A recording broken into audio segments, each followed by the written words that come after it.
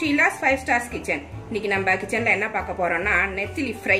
நெத்திலி ஃப்ரை இல்லைன்னா நெத்திலி சில்லின்னு சொல்லலாம். அது எப்படின்னு செய்யலான்னு தான் பார்க்க போறோம். நெத்திலி 1/2 கிலோ எடுத்திருக்கேன். இதை எப்படி க்ளீன் பண்ணலான்னா, இதுக்கு தலை வால் ரெண்டுத்தையுமே கிள்ளிட்டு இந்த இடத்துல சின்னதாக தான் குடல் இருக்கும். இதை லைட்டாக அப்படி எடுத்து விட்டாலே வந்துடும். அதனால இது ஒரு பெரிய விஷயம் இல்லை. அதனால நான் இதை கிளீனிங்கை காட்டலை. இந்த மாதிரி க்ளீன் பண்ணி எடுத்துக்கோங்க. தலை வாழை கிள்ளிட்டு இந்த குடலை மட்டும் லைட்டாக எடுத்துட்டு 2-3 தடவை வாஷ் பண்ணிட்டு நல்லா எடுத்து வச்சுக்கோங்க. இதில் சேர்க்க வேண்டிய பொருளெல்லாம் என்னென்ன சேர்க்கணும், எப்படி ஃப்ரை பண்ணணுன்றதை நம்ம இப்போ பார்க்கலாம். இதை பார்க்கறதுக்கு முன்னாடி என்னோட சேனலை சப்ஸ்கிரைப் பண்ணி வச்சுக்கோங்க. அப்படி பக்கத்தில் இருக்கிற பெல் பட்டனையும் அழுத்திக்கோங்க. தேங்க்யூ. இப்போ வாங்க வீடியோக்குள்ளே போகலாம். நெத்திலி ஃப்ரை பண்ணுறதுக்கு இப்போ தேவையான பொருளெல்லாம் இந்த நெத்திலி மீனில் சேர்த்துருவோம். ஃபஸ்ட்டு மஞ்சப்பொடி ஒரு 1/2 ஸ்பூன் போட்டுக்கலாம். இது கவுச்சி எல்லாம் எடுத்துரும், அதனால் அது ஃபஸ்ட்டு சேர்த்துடணும், மறக்கக்கூடாது. இது வந்து காஷ்மீரி சில்லி பவுடர். இது கலரும் நல்லாயிருக்கும், காரமும் கம்மியாக இருக்கும். இதில் ஒரு 2 ஸ்பூன் போட்டுக்கலாம். காரம் எவ்வளோ தேவையோ நீங்கள் போட்டுக்கலாம். கார்ன்ஃப்ளவர் எடுத்திருக்கேன். அப்போ தான் இந்த மசாலாலாம் அதில் போய் ஒட்டும். அதனால் ஒரு பைண்டிங்காக 1 ஸ்பூன் கார்ன்ஃப்ளவர் போட்டுக்கிறேன். நீங்கள் கார்ன்ஃப்ளவர் இல்லைன்னா மைதா போட்டுக்கலாம். டேஸ்டெல்லாம் ஒன்றுமே மாறாது. கார்ன்ஃப்ளவரும் மைதாவும் ஒரே மாதிரி டேஸ்ட்டாக தான் இருக்கும்.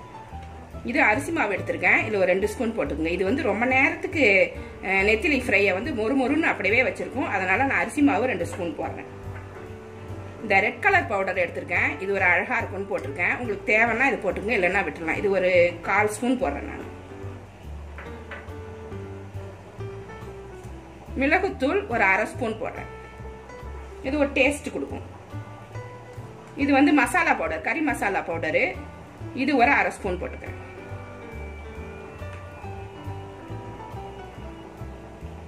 இஞ்சி பூண்டு பேஸ்ட் இது 1 ஸ்பூன் போட்டுங்க. கம்மியாக தான் இருக்கு நெத்திலி மீன், அதனால நம்மளுக்கு 1 ஸ்பூனே போதும். உப்பு தேவையான அளவு போட்டுக்க. நான் 1 ஸ்பூன் போடுறேன், அதுவே சரியா இருக்கும். இப்போ எல்லாத்தையுமே அப்படியே கலந்து விட்டுறேன். எல்லா மீன்லையும் பிடிக்கிறா போல படுற மாதிரி நல்லா கிளறி ஒரு 10 நிமிஷம் ஊறணும். அதுக்கப்புறம் தான் இதை ஃப்ரை பண்ணலாம்.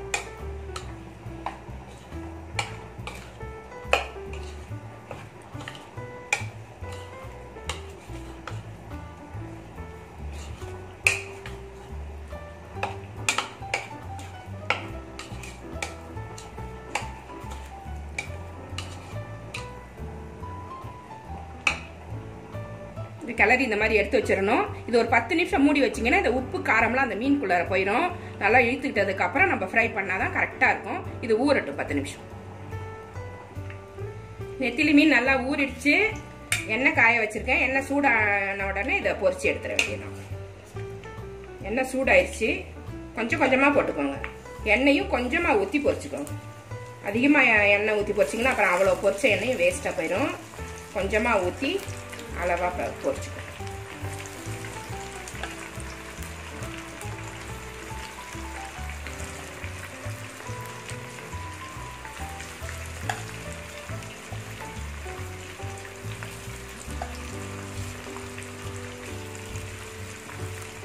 போதும், அது பொரியட்டும்.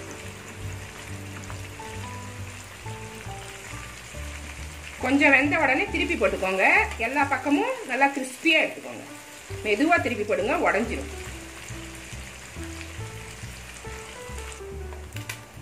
நம்மளோட ஃப்ரை வந்து நல்லா கிறிஸ்பியா ரெடி ஆயிடுச்சு. இதை நம்ம எடுத்துடலாம். இந்த மாதிரி கிறிஸ்பியா ஆகாத வரைக்கும் நம்ம வச்சிருக்கணும். நடுவில் எடுத்தீங்கன்னாக்கா ஒரு மாதிரி வெந்த மாதிரி இருக்கும், கிறிஸ்பினஸ் வராது உங்களுக்கு. மொறுமொறுன்னு வந்ததுக்கு அப்புறம் எடுக்கணும்.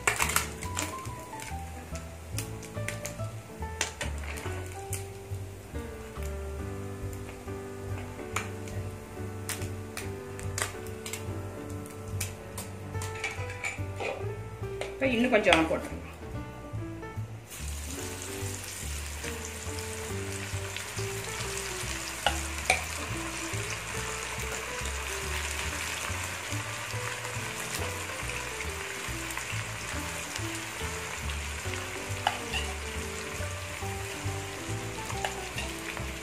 அவ்வளவுதான், இதுவும் வேணும்.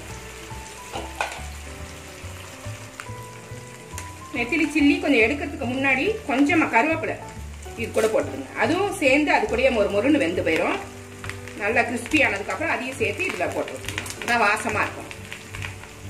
நல்லா பொரிஞ்சு அந்த நெத்திலி பொடியே ஃப்ரை ஆயிடும். அதுவும் நெத்திலி ஃப்ரை சூப்பரா ரெடி ஆயிடுச்சு. நல்லா கிறிஸ்பியா நல்லா ரெடி ஆயிடுச்சு. இது நல்ல டேஸ்டா இருக்கும்.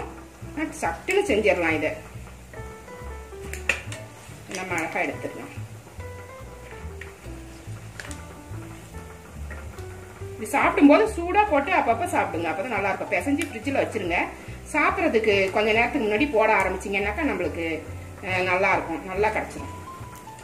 சூடா சாப்பிடும் போது நல்ல டேஸ்ட் கிடைக்கும். அதுக்கு நெத்திலி ஃப்ரை கிறிஸ்பியா நல்லா டேஸ்டா ரெடி ஆயிடுச்சு. இது நீங்க உங்க வீட்டுல செஞ்சு பாருங்க. இது ரொம்ப நல்ல டேஸ்டா இருக்கும். ஈஸியான ஒரு ரெசிபி. இந்த ரெசிபி உங்களுக்கு பிடிச்சிருந்தா என்னோட சேனலை சப்ஸ்கிரைப் பண்ணி வச்சுக்கோங்க. பெல் ஐக்கானையும் அழுத்திடுங்க. அப்பதான் அடுத்தடுத்து என்னோட வீடியோஸ் உங்களுக்கு வரும். லைக் பண்ணுங்க, ஷேர் பண்ணுங்க, கமெண்ட் பண்ணுங்க.